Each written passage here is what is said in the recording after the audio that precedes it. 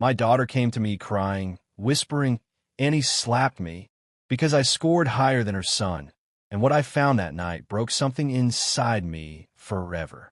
My daughter stood in front of me, her hands shaking as she tried to hold back tears. Her voice was so soft, I almost didn't hear it. "Dad." I looked up from my phone, already sensing something was wrong.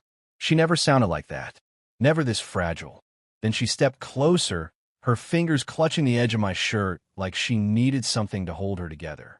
Auntie slapped me. Everything inside me went still.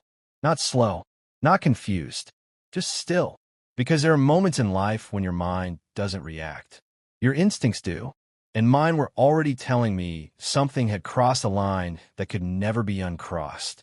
"Who?" I asked quietly, even though I already knew. Her lips trembled. "Aunt Rebecca." The name landed heavy. Rebecca Calloway. My sister. Blood. Family. Or at least that's what I had always told myself. I stood up slowly, my eyes locked on my daughter's face. "Emily," I said, keeping my voice steady, "look at me." She lifted her eyes, and what I saw there didn't just make me angry. It made something inside me tighten. Because that wasn't just pain. That was confusion. The kind a child feels when someone they trust suddenly becomes someone they don't recognize. "What happened?" She took a shaky breath. "We were at their house after the results came out." Her voice broke halfway through the sentence, but she kept going. "Everyone was talking about Ethan's score." Ethan, my nephew. Rebecca's son. The one she always pushed too hard. The one she always compared. "And then you told them my score," she said, looking at me. A small guilt flickered inside me. I hadn't thought it would matter. I thought it would be a proud moment. "I did," I said quietly. She nodded. At first, Aunt Rebecca smiled. She paused, but it didn't look real. Something cold settled in my chest. And then she asked me to come to the kitchen. My jaw tightened. She said, Emily's voice dropped to a whisper. She said I shouldn't try to embarrass her son. For a moment, I didn't understand the words. Then I did. And when I did, something inside me shifted. And then she slapped me. There it was. Simple, direct, unforgivable. I felt my hands curl in a fist without even realizing it. But I didn't raise my voice. Not yet. Because anger wasn't what my daughter needed right now. She needed control. She needed to see that I had control. Did anyone see it? She shook her head. No. Did she say anything else? Emily nodded slowly. She told me not to tell you. That was it. That was the moment something inside me snapped. Not loudly, not violently, but permanently. Let me ask you something. If your child came to you like that, would you stay calm? Or would you walk out that door immediately and confront the person responsible? Because in that moment, I had to choose. And the truth is, I didn't trust myself to choose calmly. So I took a breath. A long one.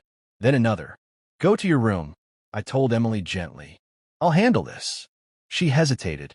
Dad, please don't fight. I forced a small smile. I won't. But deep down, I wasn't sure if that was true. Rebecca's house was only 12 minutes away. But that drive felt longer than anything I had experienced in years. Every second, my mind replayed Emily's face. The fear, the confusion, the quiet way she said it.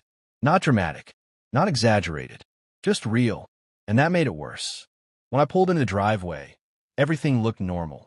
Lights on, perfect lawn, the same house where we had spent holidays, birthdays, countless dinners. But something about it felt different now. Like I was seeing it for the first time.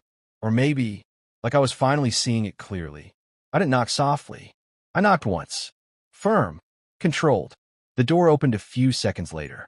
Rebecca stood there, still in her perfectly put-together outfit, her expression calm. Too calm. Oh, she said, surprised. You're back.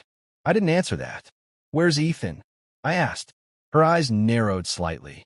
Upstairs. What? I stepped inside without waiting for permission. We need to talk.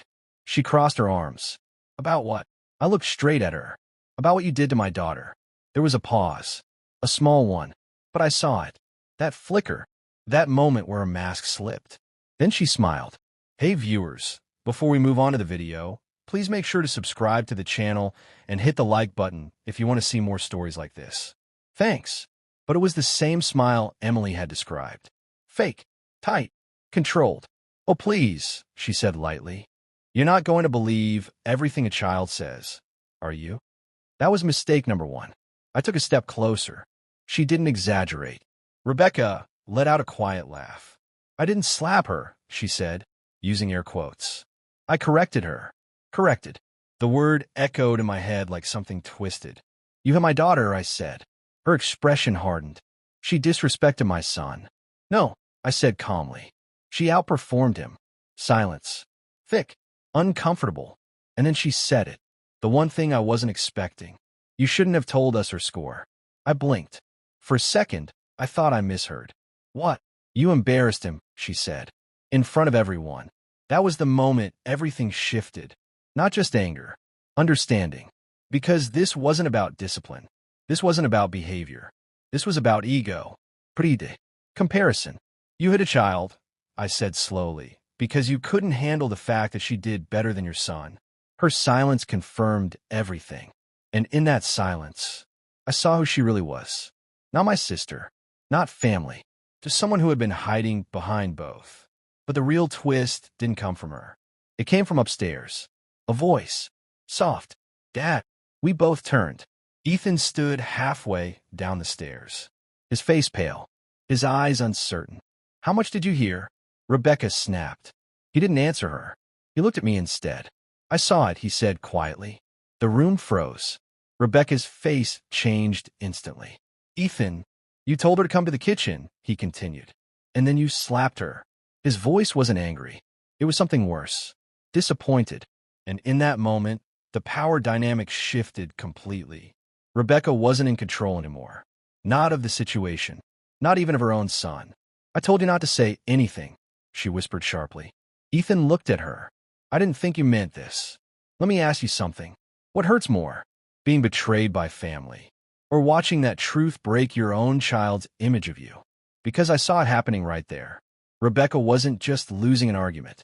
She was losing something much bigger. Respect. Trust. Her own son's belief in her. I looked at Ethan. Thank you, I said. He nodded slightly. Then I turned back to Rebecca. And for the first time that night, I felt completely calm. Not because I wasn't angry anymore, but because I understood something clearly. This wasn't a fight I needed to win. This was a line I needed to draw. You will not come near my daughter again, I said. My voice wasn't loud, but it didn't need to be. And if you ever try to contact her, I paused, choosing my words carefully. We're done. Completely. Rebecca didn't respond. She couldn't, because for the first time, she had nothing left to stand on. That night, when I got home, Emily was sitting on her bed, waiting. He sat beside her. It's handled, I said. She searched my face. You didn't fight? I shook my head. No. She relaxed slightly. But then she asked something I didn't expect. Are we still going to see them? I took a moment before answering, because the truth mattered more than comfort. No. Her eyes widened. Ever. Not like before. She was quiet. Then she leaned against me. And in that moment, I realized something. Family isn't about blood. It's about safety. It's about who protects you and who harms you. And once that line is crossed, there's no going back to what it used to be. What's your personal reflection? If someone in your own family hurt your child like this, would you cut them off completely or try to fix the relationship?